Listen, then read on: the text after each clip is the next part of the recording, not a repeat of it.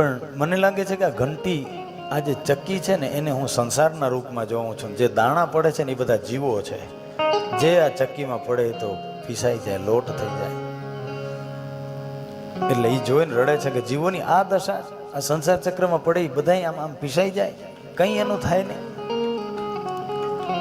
કબીર સાહેબ પૂછે છે કે બેન આમાં દાણો પડે એ બચે નહીં? તો સાહેબ આ બે પથ્થર વચ્ચે પડે એમાં તો શું બચે, લોટ થઈ જાય.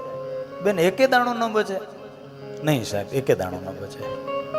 આવડા મોટા પથ્થર વચ્ચે એ મુઠ્ઠી દાણો પડે એમાં તો લોટ થઈને નીકળે સાહેબ, બચે એકે દાણો નહીં. નજીક જઈને જોવે છે કબીર સાહેબ અને એકદમ ખડખડાટ હસે છે. રડતા રડતા કબીર સાહેબ હસે છે ને પછી કે બચે બચે. કેટલાક લોકો બચે, કેટલાક દાણા બચે છે. એમ કહે છે કે સાહેબ ન બચે? તો કે નહીં બચે, મેં જોયું.